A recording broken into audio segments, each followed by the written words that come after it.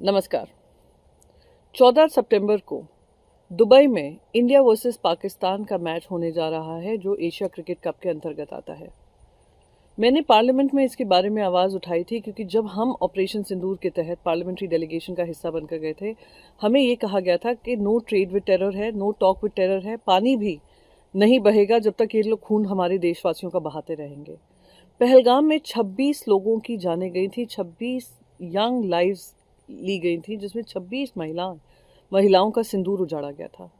उसी के चलते प्रधानमंत्री नरेंद्र मोदी जी ने ऑपरेशन सिंदूर का आह्वान किया था और हमने उनको मुंहतोड़ जवाब दिया था। साथ ही साथ वो डेलीगेशन में हमने यही कहा था कि हम पाकिस्तान को किसी भी फॉर्मेट में किसी भी तरीके से ना इंगेज करेंगे, ना उनके साथ वार्तालाप करेंगे, जब तक वो अपने आतंकवादी गतिविधियों को बंद ना करें। और अब ये क्रिकेट मैच होने जा रहा है। मेरी लाख विनंती के बाद, और ये विनंती सिर्फ मेरी ही आवाज़ नहीं है, आज देश के 140 करोड़ लोगों के बिहाफ पे मैंने पार्लियामेंट में जब गृह मंत्री से रिक्वेस्ट की थी कि आप आईसीसी चेयरमैन को कहिए कि मैच नहीं हो सकता है। एशिया क्रिकेट काउंसिल जो हेड कर रहे हैं, उन्होंने लगातार आसिम मुनीर की बातों का समर्थन करते हुए हमारे देश के खिलाफ बोला है। पाकिस्तान के जो क्रिकेटर्स हैं, लगातार जब ऑपरेशन सिंदूर जारी था उसके बाद भी ऑपरेशन सिंदूर का मजाक बनाते हुए अपने इंस्टाग्राम स्टोरीज पे पाए गए।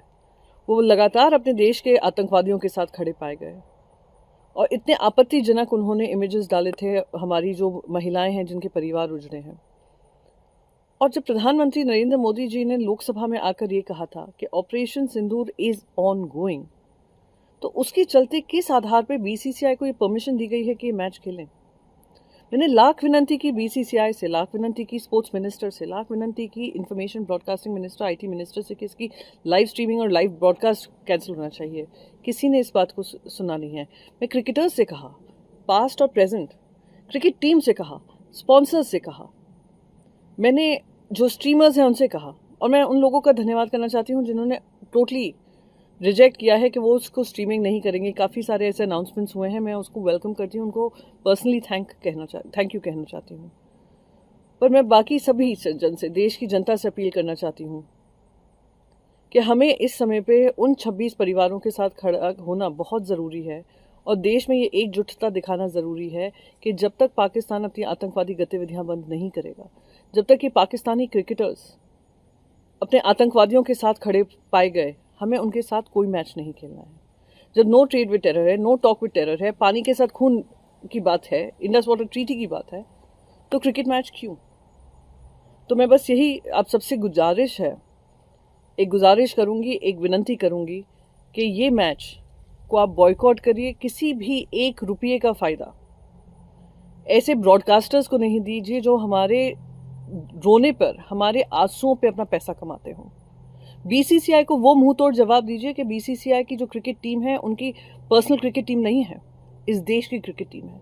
जब वो इंडिया की जर्सी पहनकर जाते हैं, 140 करोड़ की जनता का विश्वास से खेलने जाते हैं, और देश की सरकार को ये जवाब देना ज़रूरी है कि हम दो मुंही बात नहीं कर सकते हैं। और ये जवाब हम तभी दे पाएंगे जब हम इनको तरसाएंगे to earn even ₹1 of revenue through this match, क्योंकि ये भी पैसा जो जाएगा ना, उन्हीं आतंकवादियों को समर्थन करने वाले पाकिस्तानी क्रिकेट टीम को जाएगा, और एसीसी जो क्रिकेट काउंसिल के चेयरमैन हैं जो पाकिस्तान से आते हैं उनको जाएगा। तो आप सबसे यही अपील है।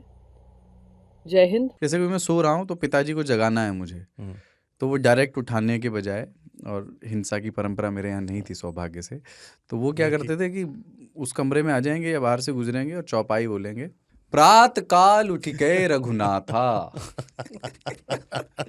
मात पिता गुरु नावई माता।